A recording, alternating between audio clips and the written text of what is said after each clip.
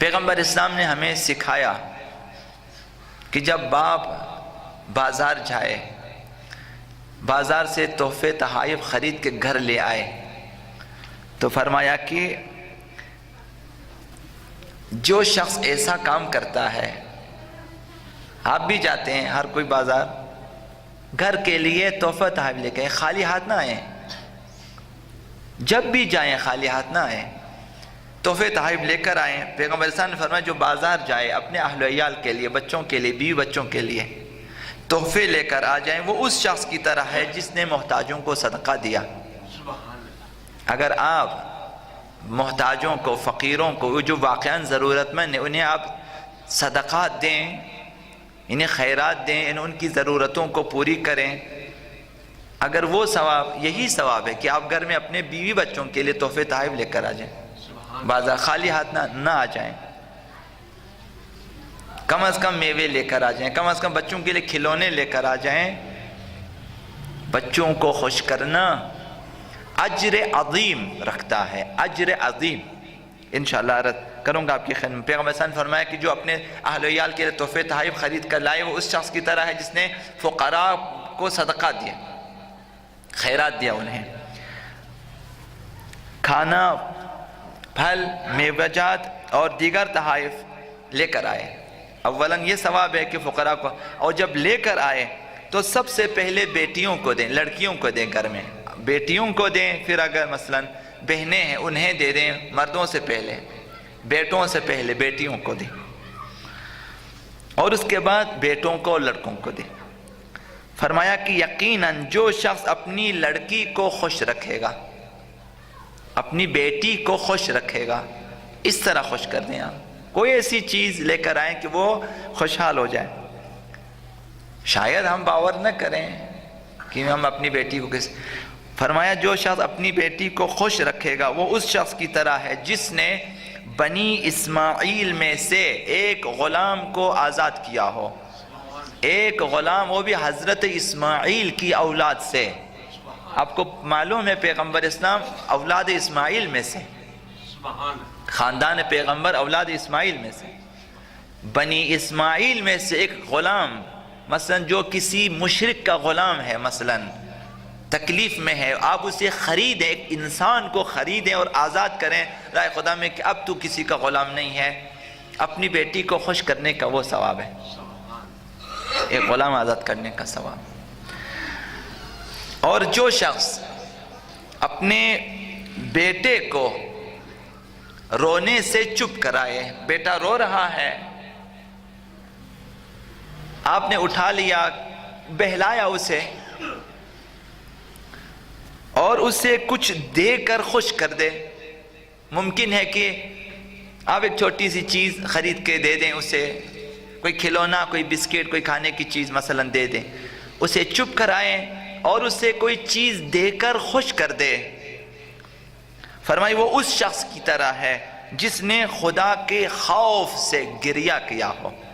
ایک شخص خوف خدا میں گریہ کرتا ہے، اور ایک شخص گھر میں اپنے بیٹے کو بہلاتا ہے کہ یہ نہ روئے، یہ ثواب ہے، خوف خدا میں گریہ کرنے کا ثواب، یہ معمولی ثواب نہیں ہے۔ حضرت آدم نے خوف خدا میں گریہ کیا، پیغمبر اسلام نے، آقا امیر المؤمنین نے، سیدہ کائنات نے خوف خدا میں گریہ کیا۔ گریہ کرنے والے یہ لوگ ہیں، آقا امام سجاد جیسے لوگ، یہ لوگ خوف خدا میں گریہ فرماتے تھے، یہی ثواب ہے۔ اور فرمائے جو شخص خوف خدا میں گریہ کرنے کا کیا ثواب ہے کہ جو باپ اپنے بیٹے کو بہلائے اور اسے خوش کر دے، یہ ثواب خوف خدا میں رونے والے، خوف خدا میں رونے والے کا فرمایا کہ جو خوف خدا میں گریہ کرتا ہے خداوند اسے جنت میں داخل کرتا ہے۔ جنت کا راستہ ادھر ادھر نہیں ہے، اولاً اپنے گھر میں ہے، بیوی بچے، بیٹے بیٹیاں، ان کی اگر صحیح دیکھ بھال کریں جنت کا ایک راستہ وہیں پہ ہے، وہیں سے انسان راہی جنت ہوتا ہے۔ دوسری چیز تعلیم تربیت، اپنے گھر میں اور اپنے سماج میں، معاشرے میں اس پہ توجہ دینی چاہیے۔ پیغمبر اسلام داخل ہوئے مسجد میں، دیکھا کہ دو گروہ ہیں، جس طرح ہمارے عموماً دو گروہ ہوتے ہیں مجالس میں، محافل میں، مساجد میں، مثلا مختلف جگہوں پہ۔ بعض لوگ کچھ کرنا چاہتے ہیں، بعض لوگ کچھ کرنا چاہتے ہیں۔ پیغمبر اسلام داخل ہوئے مسجد میں، دو گروہ بیٹھے ہیں، اور ایک گروہ ہے جو آپس میں بیٹھ کر علمی گفتگو کر رہے ہیں، مثلا کسی موضوع پہ علمی گفتگو، قرآن حدیث تاریخ وغیرہ بیان کرتے ہیں، علمی گفتگو ہے۔ اور دوسرا گروہ ہے کہ وہ عبادت میں مشغول ہیں، نمازیں ہیں تو سجدے ہیں تو تلاوت قرآن وغیرہ عبادت میں۔ اب دونوں اچھے ہیں۔ پیغمبر اسلام داخل ہوئے اور اپنے ساتھیوں سے فرمایا کلاہما علی خیر، دونوں بالکل ٹھیک ہیں۔ یہ گروہ بھی جو علمی گفتگو کر رہا ہے، یہ گروہ بھی، وہ گروہ جو عبادت میں مصروف ہے، کلاہما علی خیر ولکن بالتعلیم ارسلت، لیکن مجھے تعلیم کے لیے بھیجا ہے، مجھے صرف عبادت کے لیے نہیں بھیجا، مجھے تعلیم کے لیے۔ یعلمہم الکتاب والحکمہ، فلسفہ یا بعثت انبیاء میں یہ ہے کہ لوگوں کو قرآن و حکمت کی تعلیم دے۔ پیغمبر صاحب نے فرمایا مجھے تعلیم، لہٰذا جا کر بیٹھ گئے اس گروہ میں جو علمی گفتگو کر رہا تھا۔ یعنی علم مقدم ہے، انسان محض عبادت کی خاطر علم میں کوتاہی نہ کریں، حصول علم میں سستی نہ کریں۔ بے شک واجبات کا مقام اپنی جگہ ہے، محرمات کا مقام اپنی جگہ ہے، حصول علم کے لیے نہ واجبات کو چھوڑیں نہ کسی حرام کا ارتکاب کریں۔ اب لیکن باقی جو مثلا مستحبات ہیں انہیں اپنی تعلیم میں آڑے نہ آنے دیں، کہ آپ بعض مستحبات کی وجہ سے مثلا کالج جانا چھوڑ دیں، یونیورسٹی جانا چھوڑ دیں، یا آپ مثلا لیکچرار ہیں، پروفیسر ہیں، آپ اپنی کلاس چھوڑ کے آ جائیں کہ آج میں نہیں جانا ہے، آج میں چاہتا ہوں مثلا دعا پڑھوں۔ تو کہ تعلیم مہم ہے۔ جس معاشرے میں تعلیم نہ ہو وہ معاشرہ ہمیشہ پسماندہ رہتا ہے اور ہمیشہ دوسروں کا غلام رہتا ہے۔ یہی وجہ ہے کہ مغرب کی پوری کوشش یہ ہے کہ ایشیا میں تعلیم آگے نہ بڑھے۔ یہ جو نقل اور چیٹنگ کا سلسلہ انہوں نے ہمارے اندر آ کر شروع کرایا ہے کہ ایسا بھی ہوتا ہے تعلیم میں کہ چیٹنگ کریں، نقل سے پاس کریں، رشوت سے ڈگریاں لے لیں، تاکہ آپ کے پاس صرف ڈگری ہے تو وہ شخص جو ڈگری لے کر آئے گا وزیر بنے گا، صدر بنے گا، کسی مقام پہ آئے گا جس کے پاس صرف ڈگری ہے، تعلیم اور تربیت نہیں ہے۔ اگرچہ ہم باور کرتے ہیں کہ اس میں تعلیم ہے، جبکہ تعلیم نہیں ہے، صرف ڈگری ہے۔ اب ایک شخص جو بغیر تعلیم کے، بغیر تربیت کے آ جائیں، آفیسر بن جائیں، چونکہ ڈگری ہے، محکمے والے مثلا اسے مقام دے دیتے ہیں کہ یہ تمہارے وزیر ہیں، تو وہ وزیر آ کر معاشرے کو تباہ ہی کرے گا، چونکہ اس کے پاس اب اس کی اپنی تربیت نہیں ہوئی ہے، اسے خود نہیں معلوم کہ تعلیم کیا چیز ہے، اسے اصلا معاشرے کی سمجھ نہیں آتی کہ معاشرے کو ہم نے کس مقام پہ پہنچانا ہے۔ اب آپ دیکھتے ہیں کہ ملک میں جو بھی آتا ہے کھانے کے لیے آتا ہے، نہ کھلانے کے لیے۔ جو بھی آتا ہے اپنے لیے بنانا چاہتے ہیں، نہ کہ آپ کے لیے۔ آتے ہیں کہ کوئی ایسی ٹیکنیک حاصل کریں، وہ کوئی ایسی مہارت کہ عوام سے پیسے جمع کریں اور کھائیں۔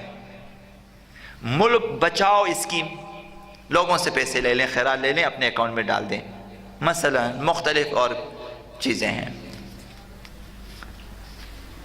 انتخابی مہم، بہت ساری چیزیں، اس میں دوسروں سے پیسے لینا ہوتا ہے، پھر کھانا ہوتا ہے۔ مختلف منصوبے جس میں اپنے لیے بہت زیادہ بجٹ ہے، دوسروں کے لیے اور سماج کے لیے کم۔ یہ اس وجہ سے ہوتا ہے کہ تعلیم و تربیت نہیں ہے۔ تو لہٰذا تعلیم اور تربیت کو اہمیت دیں، یہ پیغمبر اسلام کی سیرت ہے۔ اور جسمانی تنبیہ اسلام کبھی پسند نہیں کرتا کہ بلا وجہ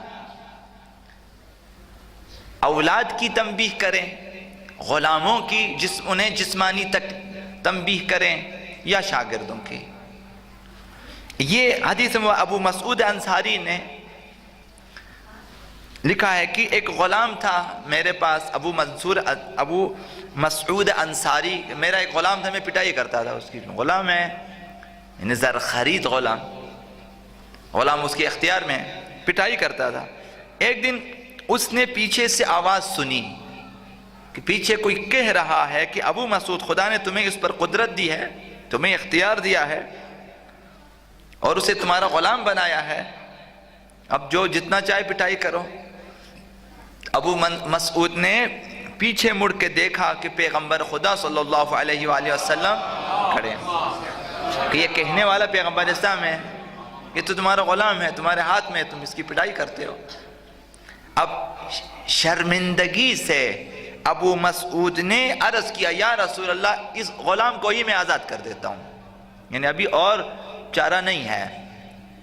غلام کو رائے خدا میں آزاد کیا. پیغمبر اسلام نے فرمایا کہ اگر تم اس کام کو انجام نہ دیتے، یعنی غلام کو اگر آزاد نہ کرتے اس وقت، تو آگ کا شعلہ تمہیں اپنی لپیٹ میں لے لیتا، یعنی اپنے ماتحت، اپنے زیر دست افراد کی پٹائی، جسمانی تنبیہ بہت ہی بری چیز ہے، مخصوصاً تعلیم میں، خصوصاً دینی تعلیم میں. یہ بھی آپ کے علم میں ہے کہ ہمارے معاشرے میں استاد کو معاشرے نے یہ حق دیا ہے کہ شاگردوں کو ماریں. حتیٰ قرآن سکھانے والے بھی مارتے ہیں. شرعاً حرام ہے، یعنی فعل حرام انجام دیتا ہے. جو بھی اپنے شاگرد کو مارے حرام ہے، جائز نہیں ہے. فقہا سے پوچھیں، مگر یہ کہ آپ ولی شرعی ہو اس کا، اور شریعت نے آپ کو سرپرست بنا کر یہ اجازت دی ہو کہ اس کی آپ تنبیہ کر سکتے ہو جس میں آپ کا اپنا غصہ شامل نہ ہو. اب کوئی ایسا سرپرست ڈھونڈیں جو سرپرست ہو شرعی، اور اپنے اولاد کو یا شاگرد کو یا اپنے گھر میں کام کرنے والے کو مار سکتا ہو، شرعاً اجازت ہو اس کے پاس، ورنہ آپ کے پاس یہ اختیار نہیں ہے. تو جو بھی استاد یا مالک یا آفیسر مارے گا ماتحت کو،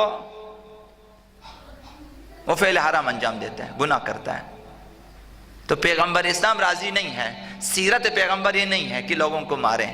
قرآن سکھا رہے ہیں آپ اور بچے کو مار رہے ہیں. اب مار کے قرآن کیسے سکھاتے ہیں؟ قرآن خود کہہ رہے ہیں نہ ماریں، اور تو قرآن سکھانے کے لیے مارتے ہو. کس قدر بری بات ہے. قرآن کہتا ہے گالی نہیں دینا، وہ بچے کو پڑھا رہے ہو گالی دے رہا ہے. قرآن بھی پڑھا دو گالی بھی دے رہا ہے. برعکس ہے. معلمین کو، اساتذہ کو، علماء کو، لیکچرار جو بھی ہیں، انہیں چاہیے کہ عزت سے، احترام سے، دوستی میں، محبت سے پڑھائیں. بچے کو سکھا دیں کہ پڑھنا ہے اور اس طرح پڑھنا ہے، نہ کہ استاد کے خوف سے اسے تعلیم کے فوائد بیان کریں، مقابلے کرائیں کہ وہ شعوری طور پہ پڑھیں. یہ ایک سبق ہے. دوسروں کی طرف جب آپ گفتگو کرتے ہیں، کسی سے ملاقات کے لیے جاتے ہیں، تو کتنی توجہ دیتے ہو، یہ مہم ہے. پیغمبر اسلام کی سیرت میں یہ ہے کہ جب کسی کی طرف رخ کرتے تھے تو پورے بدن کے ساتھ رخ کرتے تھے، نہ صرف گردن موڑ کے دیکھیں.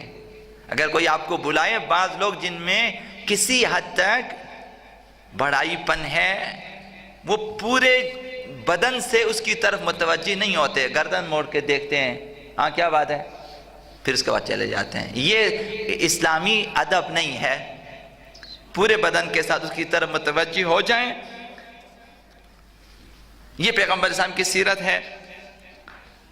اور کسی پر ظلم و جفا اسی سلسلے میں نہیں کرتے تھے، سامنے والے کی معذرت خواہی قبول کرتے تھے. ہم میں سے ایسے ہوتے ہیں کہ اگر ایک شخص پچھتاتا ہے اور وہ مثلاً اپنے کیے پہ پشیمان ہے اور معذرت کرتا ہے، تو اب اسلام کیا سکھاتا ہے؟ اگر کوئی شخص آئے معذرت کریں، اس کی معذرت خواہی قبول کریں. اب بعض لوگ کیسے ہیں کہ میں قیامت تک تمہیں نہیں بخشوں گا، یعنی چی کون سا اپنے بہادری دکھا دی آپ نے کہ میں نہیں بخشوں گا، بخش دیں۔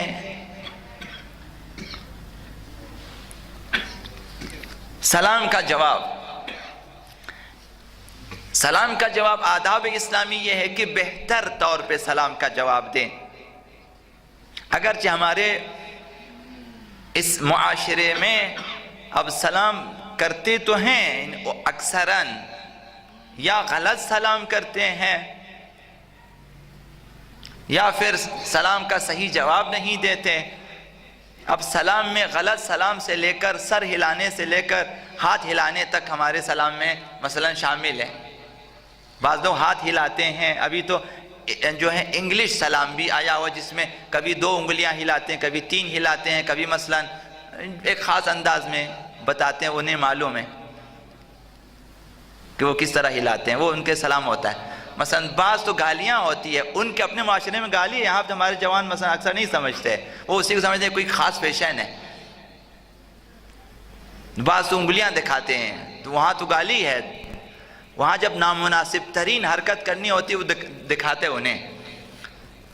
تو سلام پیغمبر اسلام، ایک شخص آتا ہے سلام، آداب اسلام یہ ہے کہ وہ جس طرح سلام کرے اس سے بہتر جواب دیں اگر ہو آپ کے پاس، ورنہ وہی سلام اس کے لیے واپس کریں، یہ ادب ہے۔ ایک شخص آیا پیغمبر اسلام کی خدمت میں اور سلام کیا، السلام علیکم۔ پیغمبر اسلام نے جواب میں کہا کہ وعلیکم السلام ورحمۃ اللہ، مثلا وعلیکم السلام ورحمۃ اللہ، ورحمۃ اللہ کا اضافہ کیا کہ تم پہ خدا کی طرف سے سلامتی ہو اور خدا کی رحمت بھی ہو۔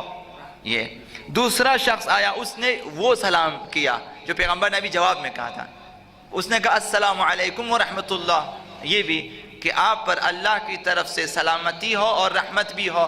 پیغمبر اسلام نے جواب میں فرمایا علیکم السلام ورحمۃ اللہ وبرکاتہ، کہ تم پہ سلامتی بھی ہو، رحمت بھی اور خدا کی طرف سے برکتیں بھی ہو۔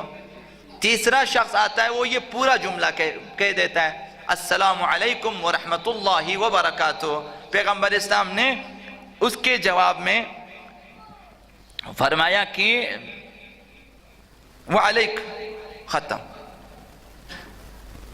یعنی تم پر بھی ہو جو کچھ تو نے بولا۔ اس نے ناراض ہو گیا کہ دوسروں کے لیے اتنے لمبے لمبے جوابات اور میرے لیے صرف علیک۔ پیغمبر اسلام نے تم نے کچھ چھوڑا ہی نہیں ہے کہ میں اس پہ اضافہ کروں، سارے باتیں تم نے خود کہہ دیا ہے۔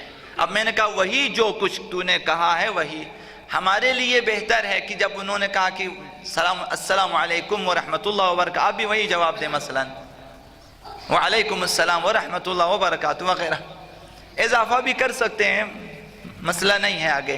لیکن آداب اسلامی یہ ہے کہ جو جس قدر سلام کریں اس سے بہتر جواب دیں معاشرے میں۔ اب ہمارے یہاں غلط سلام ہے جو کہ بہت بری بات ہے۔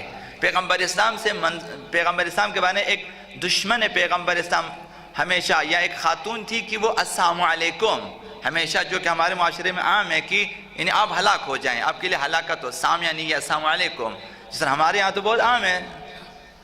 یعنی غلط سلام اس قدر ہیں کہ السلام علیکم ہے، سلاو ہے، سلام علیکم ہے، اس طرح آپ کو میں مثلا ابھی یہاں پہ ممبر ہے، ورنہ میں آپ کو اسے 1 درجن سلام آپ کو بتا دیتا کہ معاشرے میں عام ہے، کہ جو غلط ہے، کوئی معنی نہیں ہے، کوئی مفہوم نہیں ہے، کوئی بعض سلام غلط ہے، غلط یعنی اس طرح السلام علیکم یعنی السلام یعنی تو مر جائے، تو ہلاک ہو جائے۔ مثلا ایک خاتون آتی ہے السلام علیکم، مثلا حضرت عائشہ بیٹھی ہیں، پیغمبر صلی اللہ علیہ وسلم نے کہا کہ وعلیکم، جواب دیا، کہا کہ اس نے تو غلط سلام، آپ نے جواب کیوں دیا؟ میں نے بھی وہی کہا کہ وعلیکم، تم پر بھی ہو، یعنی جو تم نے مجھے کہا ہلاک ہو جائے تم خود ہو جائے۔ تو یہ اس طرح کے غلط سلام، پیغمبر اسلام کی سیرت یہ ہے کہ بہترین انداز میں سلام کیا کریں۔ کام کا ثواب، کام میں غفلت نہ کریں، مخصوصاً جب آپ سفر میں ہوتے ہیں، دوسروں کے ساتھ کام کیا کریں۔ ایک سفر میں پیغمبر اسلام کے بعض اصحاب روزے سے تھے، شدید گرمی کی وجہ سے بے حال ہو کر ایک جگہ کونے میں پڑے تھے، روزے سے ہیں، روزہ رکھا ہوا ہے، روزے کی فضیلت کی کس قدر ہے، خداوند متعال نے حضرت موسیٰ سے فرمایا کہ لَخَلُوفُ فَمِ الصَّائِمِ کہ جو روزہ دار کی منہ کی جو بگڑی ہوئی بو ہوتی ہے، جب زیادہ بھوک لگے پھر منہ سے بدبو آتی ہے، وہ میرے نزدیک مشک و عنبر سے زیادہ عزیز تر ہے۔ خداوند متعال نے حضرت موسیٰ سے فرمایا نہیں وہ روزہ، بعض اصحاب نے روزہ رکھا ہے اور باقی جو ہیں جن کے روزے نہیں، اب ہمارے ہاں بھی یہی بھئی میرا تو روزہ ہے آپ کام کریں، میرا تو فلاں ہے آپ کام کریں، بس دوسرے کام کرتے ہیں۔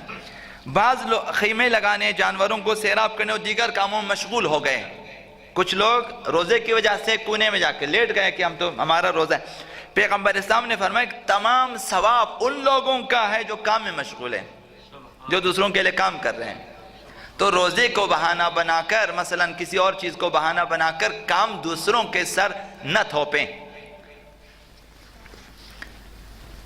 حدیث مبارکہ ہے کہ معصوم نے فرمایا ہے کہ جو شخص اپنا بوجھ دوسروں پہ ڈالتا ہے، ملعون ملعون من القا کلہ علی الناس، وہ شخص ملعون ہے۔ 2 دفعہ فرمایا تو میں ترجمہ کروں گا کہ ڈبل ملعون ہے، چونکہ پیغمبر نے 2 دفعہ فرمایا ملعون ملعون، وہ شخص لعنت کا حقدار ہے، یعنی خداوند متعال کی رحمت سے دور ہے وہ شخص جو اپنا بوجھ دوسروں پہ ڈالتا ہے۔ بھئی میرا بیگ آپ اٹھا لیں، میرے سامان آپ اٹھا لیں، میرے روٹی آپ لے کر آئیں، میرے لیے چائے آپ بنا دیں، میرے کپڑے آپ استری کریں، فلان۔ کام تقسیم ہونا چاہیے، سر گھر میں کام تقسیم ہے، کچھ کام بڑوں کو کرنا ہوتا ہے، کچھ چھوٹوں کو، کچھ شوہر کو، کچھ بیوی کو، کام تقسیم ہونا چاہیے، نہ کہ ایک شخص بیٹھا رہے کہ بھئی سارے کام دوسرے کریں۔ تو ملعون من القا کلہ علی الناس، جو اپنا بوجھ دوسروں پہ ڈالے، میں کام نہیں کروں گا آپ کمائیں لائیں میرے لیے، میں کھانا نہیں پکاؤں آپ پکا کے لائیں میرے لیے مثلا۔ تو پیغمبر نے فرمایا کہ یہ روزہ دار ان سے زیادہ ثواب ان کا ہے جو لوگ کام کر رہے ہیں، کام کا ثواب ہوتا ہے۔ القاد لعیالہ کالمجاہد فی سبیل اللہ، جو شخص اہل عیال کے لیے کام کرے وہ اس مجاہد کی طرح ہے جو راہ خدا میں جہاد کر رہا ہے۔ یعنی ابھی بھی آپ دیکھیں جو لوگ جہاد کر رہے ہیں راہ خدا میں، اور یہاں بعض لوگ جو ہیں معاشرے میں اہل عیال کے جو ہیں ان کی دیکھ بھال کے لیے، پیٹ پالنے کے لیے کام کرتے ہیں، اسے وہی ثواب ہے۔ وظیفہ شناس ہونا چاہیے، ایک شخص اگر اس کا وظیفہ کام کرے وہی جہاد کا ثواب ہے۔ ایک شخص جس کا وظیفہ یہ ہو، اس کی ذمہ داری جہاد کریں، اسے پھر وہی ثواب ہے۔ ایسا نہیں ہے کہ کام کرنا کوئی بے مقصد چیز ہو، ایسا نہیں ہے۔ کام سے کبھی نہیں کترانا چاہیے، کام میں شرم نہیں کرنی چاہیے۔ پیغمبر اسلام گدھے پہ سوار ہوتے تھے، اگر ضرورت پڑے، ابھی ضرورت نہیں کہ آپ سیرت پیغمبر کو اس طرح عمل کریں نا کہ ابھی ہوائی جہاز چھوڑ کے آپ گدھے پہ سوار ہو کے جائیں، نہ جائیں۔ اگر ضرورت پڑے احیاناً کبھی گدھے پہ سوار ہونے کوئی حرج نہیں ہے، اگر ضرورت پڑے گھوڑے پہ سوار ہو جائیں۔ مثلا پیغمبر اسلام گدھے پہ سوار بھی ہوتے تھے، گھوڑے پر بھی سوار ہوئے، اونٹ پر بھی سوار ہوئے ہیں، اور دوسروں کو بھی اپنے ساتھ بٹھاتے تھے۔ آپ کے پاس بائک ہے، آپ بائک پہ اگر کسی کو چاہیے نماز جمعہ یا کسی کو بٹھا کے لے جائیں، آپ اکیلے دندناتے ہوئے چلے جاتے ہیں، انہیں ایسا نہ کریں۔ پیغمبر یہ کام کرتے ہیں تو کام بھی کرتے تھے، پیغمبر اسلام شرم نہیں کرتے تھے۔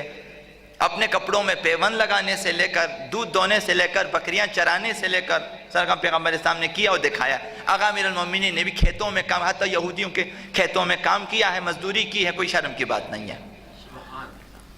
تو بعض لوگ ابھی بھی چاہتے ہیں کہ ہم یہ چھوٹے کام ہم نہیں کریں گے، مثلا موچی کا کام ہے نہیں کریں، بے عزتی والی بات نہیں ہے۔ سپاہ ہے، پاسداران اسلامی کا جرنل جا کے زائرین کی جوتے پالش کرتے ہیں، تو کیا حرج ہے؟ تو کام میں عظمت ہے، بے عزتی نہیں ہے، ذلت نہیں ہے، کام جو بھی ہو۔ جوانوں کی قدر کرنا، یہ اس معاشرے کو سیکھنا چاہیے۔ پیغمبر اسلام سخت ثقافتی کاموں کے لیے، تبلیغی کاموں کے لیے جوانوں کا انتخاب فرماتے تھے۔ جب کام سخت ہو جوانوں کا انتخاب کرتے تھے۔ مدینہ ہجرت کرنے سے پہلے پیغمبر اسلام نے مصعب بن عمیر کو جو ایک نوجوان تھا، ثقافتی تبلیغی فعالیت میں مدینہ بھیجا۔ ہجرت مدینہ سے پہلے کیسے بھیجا؟ جا کے وہاں پہ زمینیں ہموار کریں۔ محض ایک جوان تھا وہ، لیکن اسلامی آداب اور اسلامی احکام اور شریعت سے مالا مال شخص۔ نوجوانوں کا انتخاب کریں ہمیشہ بڑے کاموں کے لیے، انہیں اپنے ساتھ رکھیں، نہ صرف لڑنے کے لیے بلائیں جوانوں کو کہ یہاں پہ لڑائی ہوگی تم لوگ آ جائیں۔ جوان لڑنے کے لیے نہیں ہے، جوان کام کرنے کے لیے ہے، معاشرے کو آگے بڑھانے کے لیے ہے۔ اگر تمام سیٹوں پہ بوڑھے لوگ قابض ہو جائیں پھر جوانوں کے لیے کوئی میدان ہی نہیں ہے، بولا ہم کیسے کام کریں، اس سیٹ پہ وہ بیٹھا ہے، اس پہ وہ بیٹھا ہے، اس پہ وہ بیٹھا ہوا ہے، جوانوں کو فارغ کر دیتے ہیں۔ جوانوں کو تربیت بھی دیں اور انہیں کام بھی دیں، سماجی کام دے دیں۔ تو یہی جوان مصعب بن عمیر نوجوان تھا، پیغمبر اسلام نے تبلیغی مہم پہ بھیجا، ثقافتی تبلیغی مہم پہ۔ اس وقت اسلام کے لیے اشد ضرورت تھی کہ لوگ تبلیغ کریں، اسے بھیجا مدینے میں، اور یہی نوجوان لشکر اسلام کا ایک دن علمبردار بنا، اور یہی جوان جنگ احد میں شجاعانہ جنگ کے اور شہید بھی ہوئے ہیں۔ جوانوں کی ایسی تربیت ہونی چاہیے، ہر محاذ پہ جائیں، جہاں دشمنان اسلام کے ساتھ لڑنا ہے وہاں بھی یہ لوگ چلے جائیں گے۔ اگر آج بے دخل کریں گے نوجوانوں کو اپنے سماجی امور سے، مذہبی امور سے، تو پھر یہ جوان دیکھیں ہم تو بیکار ہیں، ہمیں نہ ادھر کام ملتے نہ ادھر کام، ہماری کوئی اہمیت ہی نہیں ہے۔ حتیٰ مجالس میں اگر نوجوان شرکت کرتے ہیں، کون ہے جو اہمیت دیں؟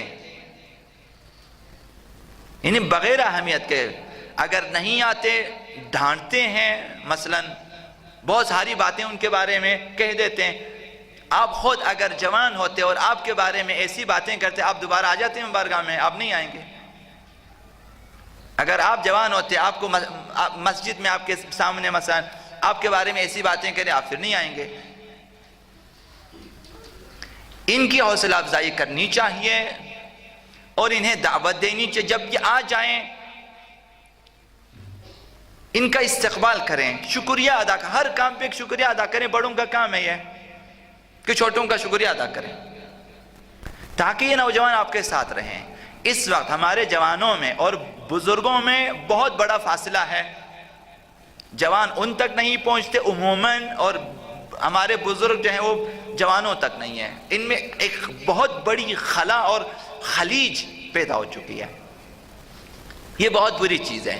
اب نوجوان خود بڑے ہو جائیں گے، پھر بزرگ سالی میں داخل ہو جائیں گے، پھر وہ لوگ کچھ کام وہ بھی مجبوراً، اگر بہت سارے بوڑھے ادھر ادھر ہو جائیں، جگہ خالی ہو جائے، وہ مشکل سے یا باپ کی وجہ سے یا مثلا رشتہ داروں کی وجہ سے یا قومی تعصب کی وجہ سے اس جگہ پہ آ جاتے ہیں۔ بہتر یہ ہے کہ شروع میں ہی انہیں اپنے ساتھ رکھیں۔ چوتھی چیز حسن معاشرت پیغمبر اسلام کی سیرت میں۔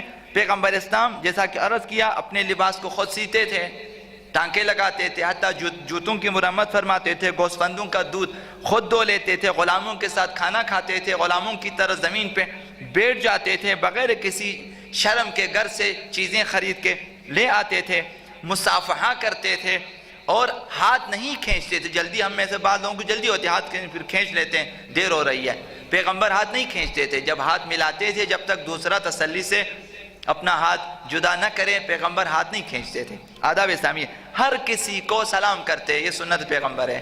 جب آپ دیکھا کہ سامنے والا سلام کے قابل ہے، سلام کرے، چاہے چھوٹا ہو یا بڑا، فقیر ہو یا امیر۔ امیروں کو تو سب سلام کرتے ہیں، غریبوں کو بھی اگر سلام کر کے دیکھیں آپ، یعنی کسی فقیر کو سلام کریں، کسی غریب کو سلام کریں جس کے کپڑے پھٹے ہوئے ہیں، لیکن مومن ہے، متدین ہے، سلام کیا کریں۔ اگر کوئی دعوت دے دیتا تو پیغمبر اس کی دعوت کو قبول فرماتے اور اس دعوت کو ہلکا شمار نہیں کرتے۔ یہ کیا دعوت دی تو نے، مثلا ہمیں اتنے دور سے بلا کے یہی چیزیں تھیں، مثلا یہ ٹھیک نہیں ہے۔ چاہے چند خرمے کا ہی دعوت کیوں نہ، پیغمبر صلی اللہ علیہ وسلم قبول کرتے تھے۔ دوست مومنین کی دعوت کا قبول کرنا مہم ہے، کھانا مہم نہیں ہے۔ اگر مومن ہے، اگر وہ کھانا محض آپ کے احترام میں آپ کو دعوت دی گئی ہے، اسے قبول کرنا چاہیے۔ آپ کی زندگی کا خرچ کم ہے، انسان کو کم خرچ ہونا چاہیے، نہ پر خرچ۔ آپ کے اندر سادہ زیستی اور میانہ روی پائی جاتی تھی، خوش مزاج تھے، حشاش و بشاش چہرے کے مالک۔ انسان کا چہرہ حشاش بشاش ہونا چاہیے، سیرت پیغمبر اسلام یہ ہے۔ کبھی قہقہے لگا کر پیغمبر اسلام نہیں ہنستے تھے. اسلام میں قہقہا لگانا بری چیزوں میں سے ہے. یہ اسلام اس کو پسند نہیں کرتا، اگر شاید گناہ نہ ہو. اسلام، پیغمبر اسلام اور اہل بیت ہمیں سکھاتے ہیں کہ مومن کی ہنسی تبسم ہونی چاہیے، نہ ٹھاٹھے مار کے ہنسیں، قہقہا لگا دیں. پیغمبر اسلام ہمیشہ مسکراہٹ آپ کے چہرے پہ رہتی تھی. یہ سیرت پیغمبر، کبھی غصہ نہیں ہوتے تھے. البتہ معمولی سا غم ان کے چہرے پہ نظر آتا تھا، غصے کو پی جاتے تھے. منکسر المزاج، اسراف سے پرہیز، لیکن سخی.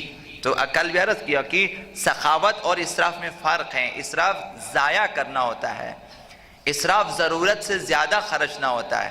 سخی یہ نہیں ہے. سخی تمام ضرورت مندوں کو دینا، اس کی ضرورت کے حساب سے دینا ہوتا ہے، نہ اس سے کم.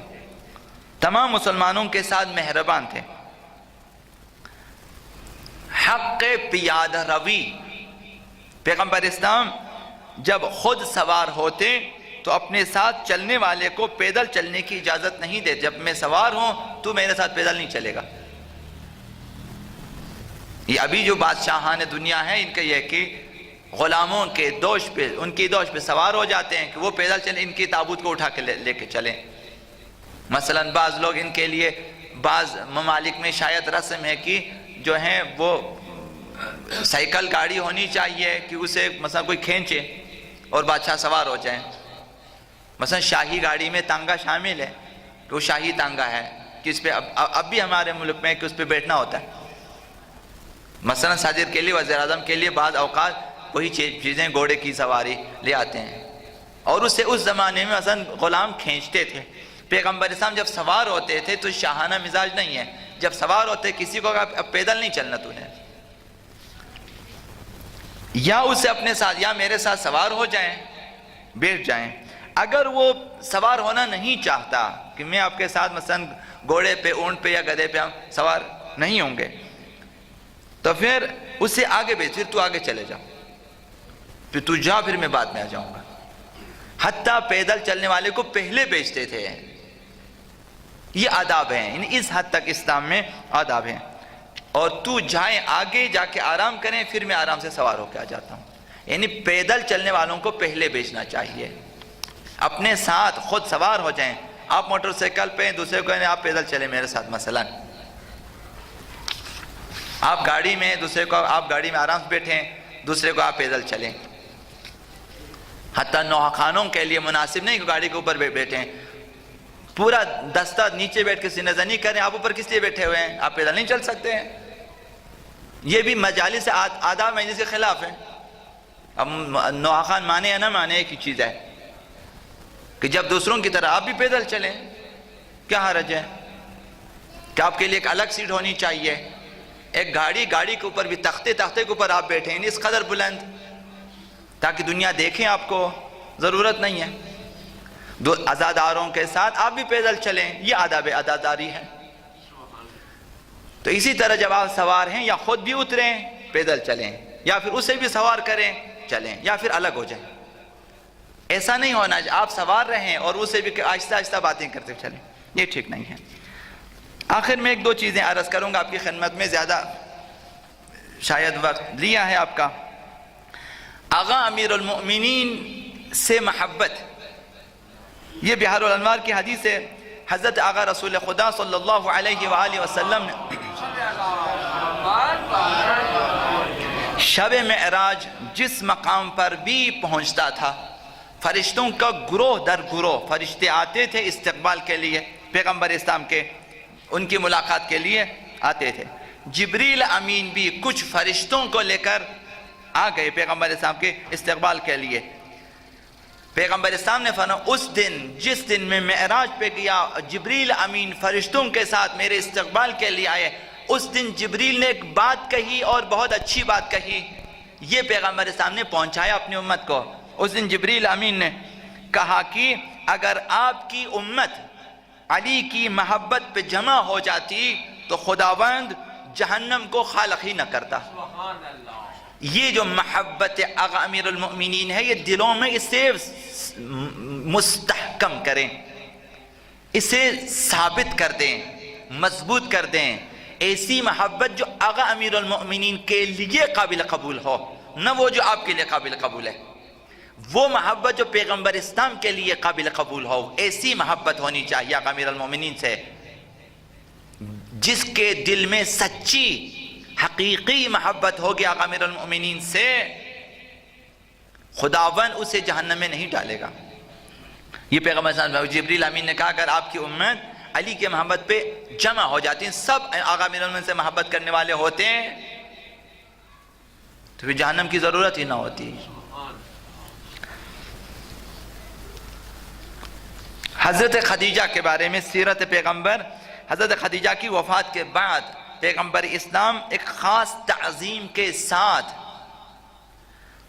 انہیں یاد کرتے، اور کبھی ان کی یاد سے اشک جاری ہوتے، روتے بھی تھے پیغمبر اسلام حضرت خدیجہ کی یاد۔ آپ نے فرمایا بے شک میں خدیجہ کو امت کی خواتین پہ برتری دیتا ہوں، ترجیح دیتا ہوں کہ یہ برتر خاتون ہے، جس طرح حضرت مریم علیہ السلام کو خواتین عالم پر خدا نے ترجیح دی، میں اسی طرح حضرت خدیجہ کو ترجیح دیتا ہوں۔ خدا کی قسم خدیجہ کے بعد کسی نے ان کی جگہ نہیں لی، یعنی میرے لیے کسی نے ان کی جگہ کو پر نہیں کیا، ایسے خاتون ہیں۔ اس خاتون کا بھی حق ہے پیغمبر اسلام پر اور ہم پر۔ پیغمبر اسلام سے سوال ہوا کہ بیٹے کا حق باپ پر کیا ہے؟ فرمایا کہ اس کے لیے اچھا نام انتخاب کریں۔ اب زیادہ وضاحت کی گنجائش نہیں ہے، ہمارے لوگ ابھی ڈھونڈ رہے ہیں کہ ایسے نام جو کائنات میں نہ ہو، لہذا وہ گھروں میں بیٹھ کے قلم کاغذ اٹھا کے بنانا شروع کر دیتے ہیں نام۔ خدا متعال نے ہمیں، اہل بیت نے ہمیں بتایا کہ نام خدا کے ناموں کے ساتھ بندگی لگا دیں۔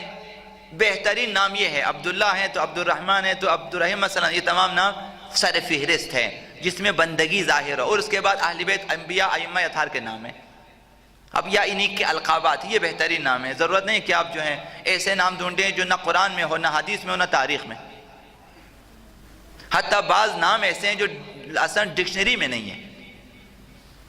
تو فرمایا کہ اچھے ناموں کا انتخاب کریں، اچھے نام جس میں معنی مطلب جو ہے اچھا ہو،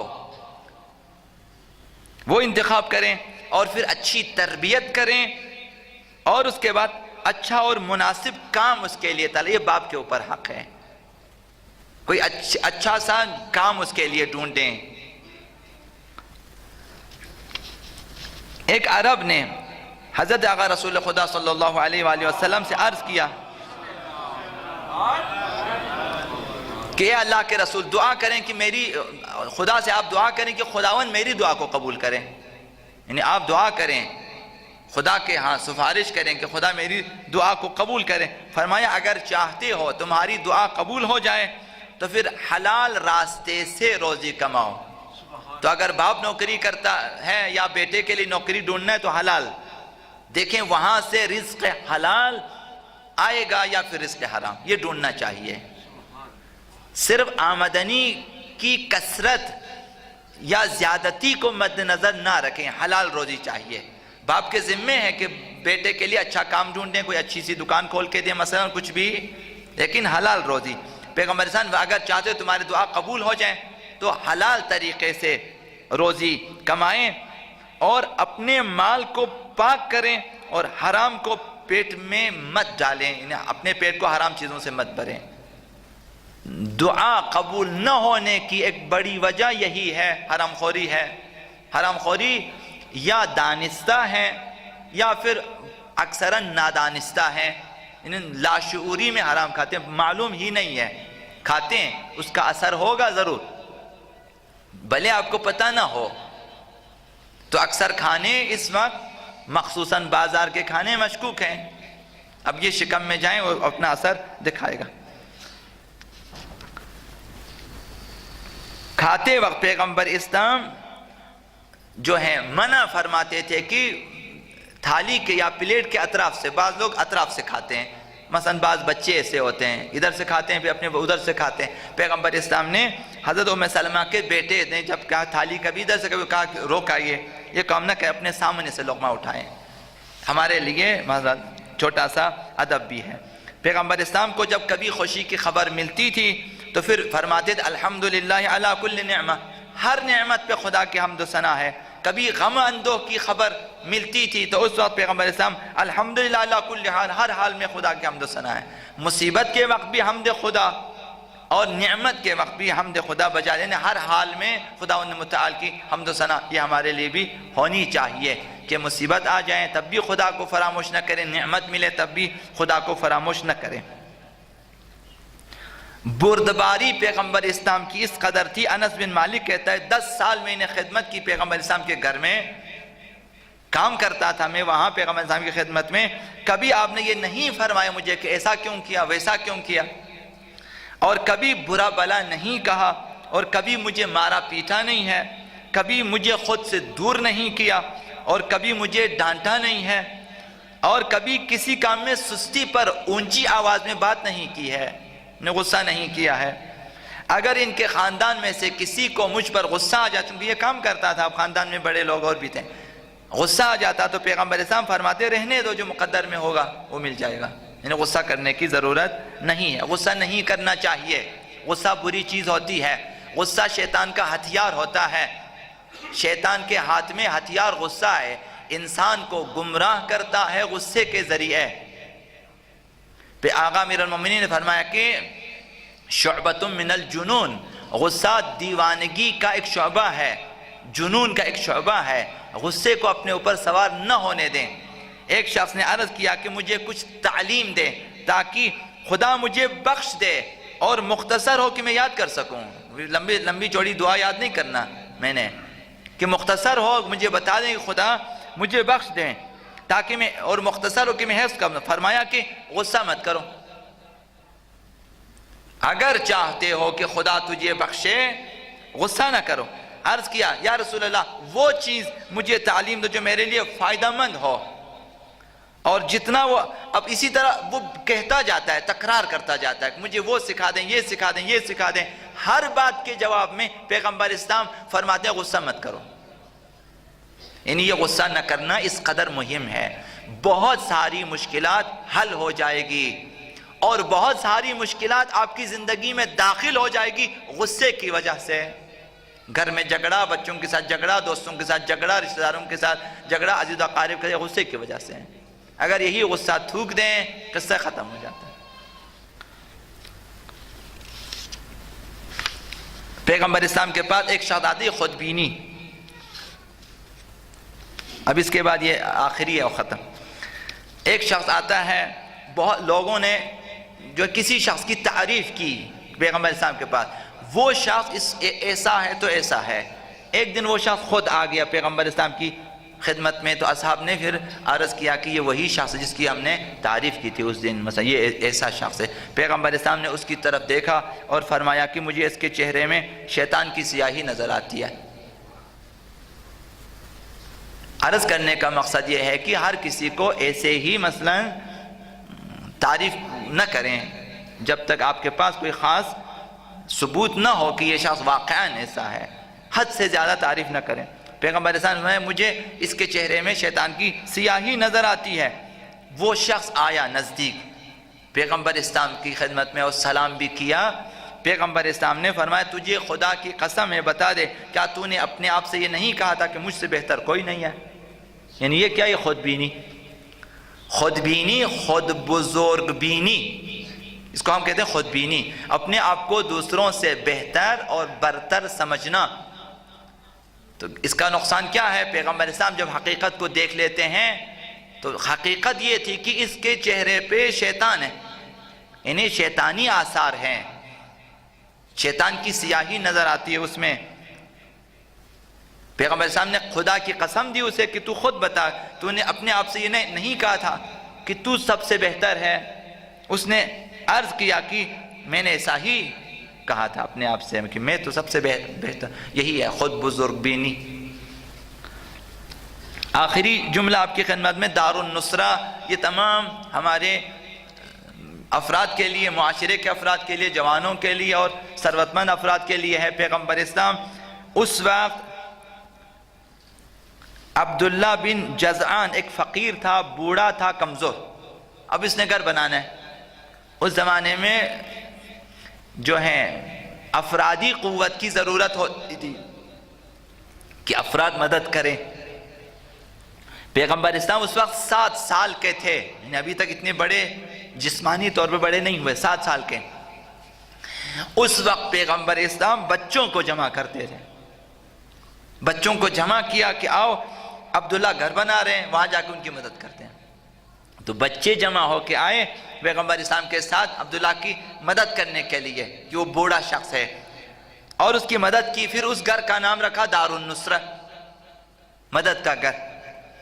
اور کچھ لوگوں کو مظلوموں کی مدد کے لیے معین فرمایا. پہلے خود سکھاتے ہیں کہ اس طرح سے مدد ہونی چاہیے.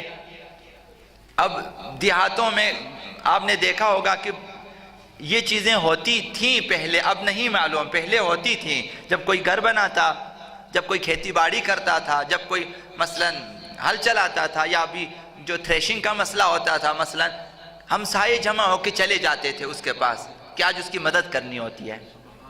یہ بہت اچھی سنت تھی معاشرے میں. اب نفسا نفسی کا عالم ہے. اب کسی کا ہاتھ بٹائیں، گھنٹوں کھڑے رہیں گے، کسی کا ہاتھ نہیں بٹائیں گے، کھڑے رہیں گے مثلا. یہ ٹھیک نہیں ہے.